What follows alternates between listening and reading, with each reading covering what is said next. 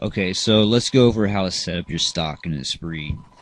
Basically, there's two different ways to set up your stock. One way is to actually use a solid model and pick that as your stock material.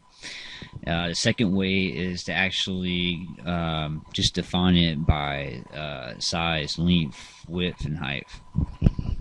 Okay, so if I was to go to the simulator, the green button, and hit play, notice how it shows a toolpath, but it doesn't show material being cut. That's because Esprit doesn't know what my stock material is. Okay, so I'm gonna hit stop. In this particular file, this this gray rectangle, this is gonna be my stock material, the solid model. Okay, so the way I'm gonna tell Esprit that this is my stock is I'm gonna go into my simulator. So you go into your little green icon. You go into your simulation parameters, right?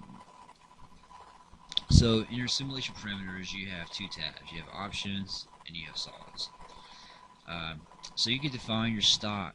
What we're going to do is we're going to define our stock and we're going to create it from our solid. Okay, so I can define from solid by selecting the model. So I'm going to click this little cursor icon and I'm going to come over here and I'm going to click my solid. And I'm going to come down here, I'm going to hit add. Now notice the little blue file icon popped up. That's showing that the stock is now in the software system. Okay, so now I'm just going to hit OK. And now if I come over here and hit play, notice how the software shows my stock geometry. And it also shows if there's any mistakes. Like you see the red, there's some kind of conflict or error. So I need to take a look and fix that. That's one of the points of having your stock set up in your simulator, so you can find stuff like this. Okay, so I'm gonna go ahead and hit stop. So that was the first way to set up your stock.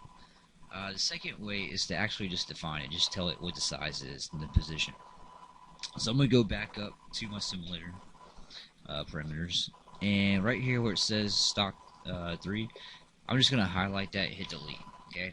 Now if I come over here and hit OK, and I go back into my simulator, notice my stock's gone, right? That's because I deleted the stock file. Okay, I'm gonna hit stop. Okay, so if you see my dimensions right here, my stock is 4 inches by 4 inches, and it's a 1/4 inch tall. So I'm gonna go to my simulation parameters. I'm gonna define my stock, and I'm gonna create it from block. Okay. So right here, for my length, I'm gonna say 4 inches. Width's 4 inches. The height is a 1/4 inch. I'm gonna go ahead and zero this out just for this example. The start Y and start Z. We're gonna say that's 0, just for example. So if I come down here and I click add, the stock file pops up, right? So I'm gonna click OK. Now notice what happens when I go to simulate. See how the stock comes up? It's actually missing the stock material. That's because when I hit stop, it's actually popping up in the first quadrant. Okay. So why is it doing that? My part is in the fourth quadrant. If you're to look at it as in Cartesian coordinates. So we want it to show up in the fourth quadrant, not the first, right? So let's look at our file. So right here, the length is 4 inches, the width is 4 inches, and the height is a 1/4 inch. All of that is right. Now I can change where I start this at. Okay, so if I started at x0, y0, z0, it would show up in the first quadrant, right? Now since we're in the fourth quadrant, I'm going to start my y at -4. Okay, so I'm going to go ahead, I'm going to highlight my stock right here. I'm going to click update and hit OK. Now notice when I hit play.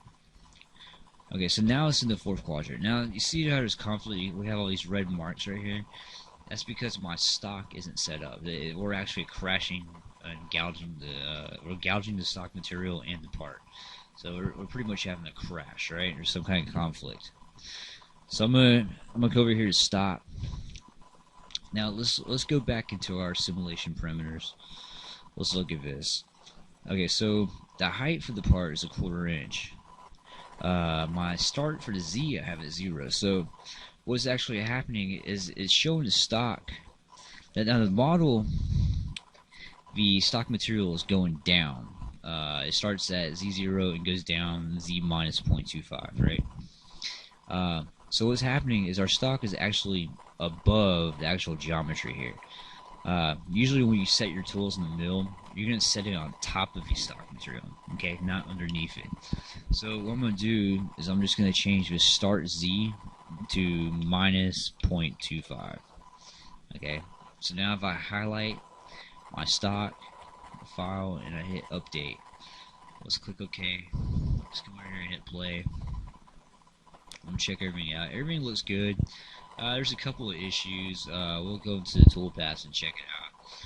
But now that we have the stock set up right, we actually see what's wrong. There's a couple spots here with these two holes, and there's an issue with how the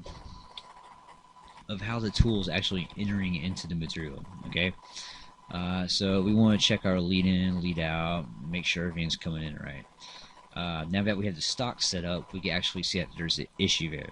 Okay, so that's pretty much how you set up your stock.